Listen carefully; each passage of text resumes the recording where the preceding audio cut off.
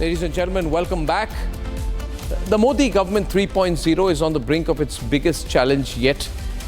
Its stiffest opposition in a parliamentary session commences tomorrow.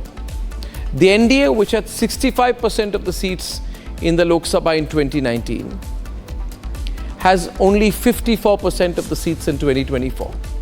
But the UPA, which had 17% of the seats in 2019, has now manifested into an India alliance in parliament, which has 43% of the seats in the Lok Sabha. What this means, ladies and gentlemen, is that in addition to the fact that the India controls 32% of the Rajya Sabha, where the Modi government has about 50% support, now the Modi government will find it even more difficult to push through with big bang legislations in the Lok Sabha as well.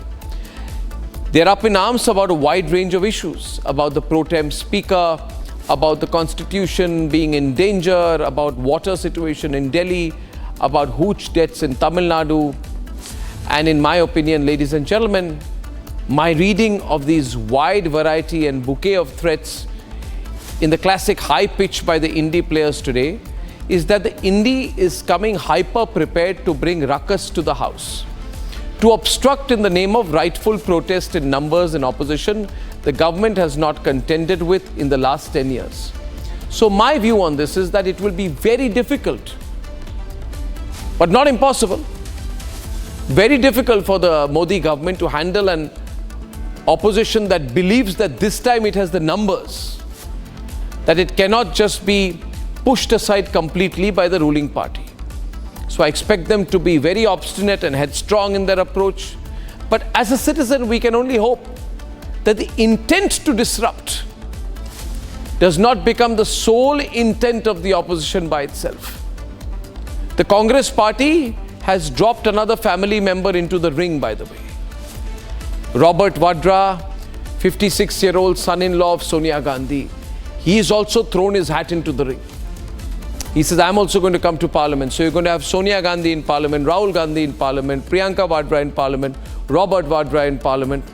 But as we fight for final, that is if he wins, but as we fight for final solutions on issues like the NEET, we must get the answers and the accountability for the people. But the intent to disrupt cannot be, as I said, the only intent of the opposition. I want to start with a quick news report which summarizes the present political situation as of tonight, which is 9 p.m. on the 24th of June, and then we debate.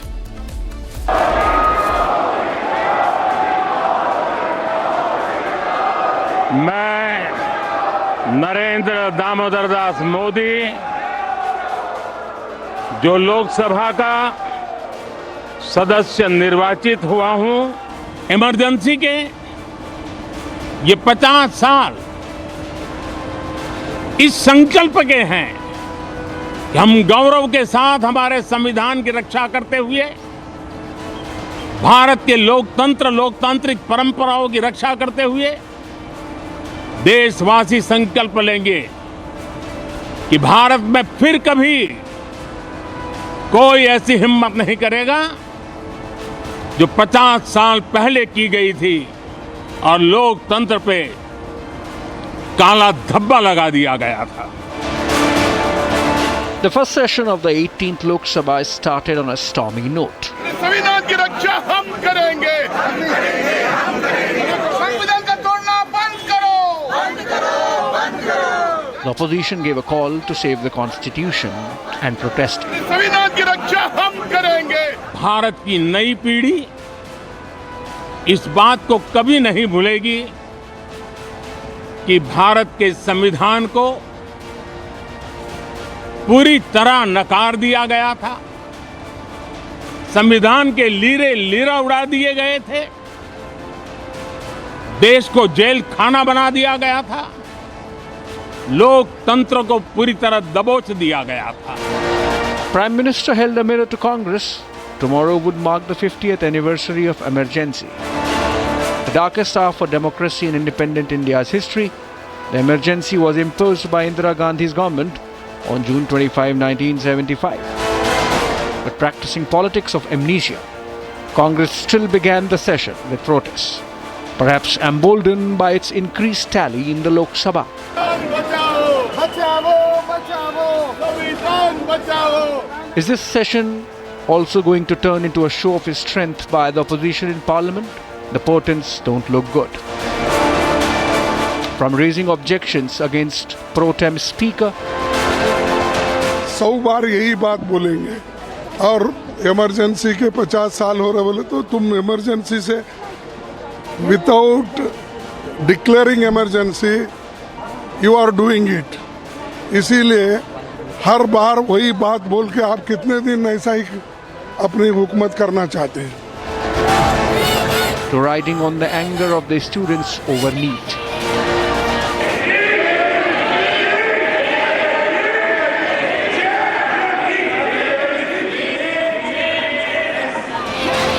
Even nitpicking on who should be the Parliamentary Affairs Minister, a prerogative of the Prime Minister. The opposition seems to have set its agenda for the 18th Lok Sabha first session. And amidst all this, the Congress is pitching for Robert Vadra. हमेशा जब किसी ने पूछा कि आप पहला कदम कब लेंगे संसद में, मैंने हमेशा बोला कि जब प्रियंका सांसद बनेंगी और संसद में होंगी उसके बाद मैं अपना प्रचार करूंगा, अपने तरीके से सोचूंगा.